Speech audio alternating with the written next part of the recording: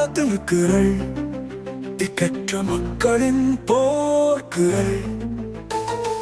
ஓடி வரும் உரிமை குரல் அது கலைஞர் எனும் கம்பீர கழக குரல் அகரத்தில் சொன்னால் அவர் அண்ணாவின் அவதாரம் இகரத்தில் சொன்னால் இரும்பால் செய்த நெஞ்சுரம் உகரத்தில் சொன்னால் உற்றதொரு உடன்பிறப்பு மகரத்தில் சொன்னால் மஞ்சள் துண்டன் இங்க பெரியார் அவர் எழுத்தும் சிந்தனையும் புணர்ந்து பிறந்தது புது தமிழகம் கோவில் கட்டி மதவெளி ஊட்டிய தலைவன் இல்லை நூலகம் கட்டி அறிவை நூலகம் கட்டி அறிவை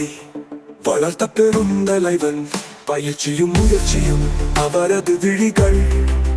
கருப்பும் சிவப்பும் அவரது வழிகள் அவர் முன்மொழி வாங்கியும் கம்பீரம் பெறும் அவர் வார்த்தைகள் முதுகெலும் நிமிர்த்தும்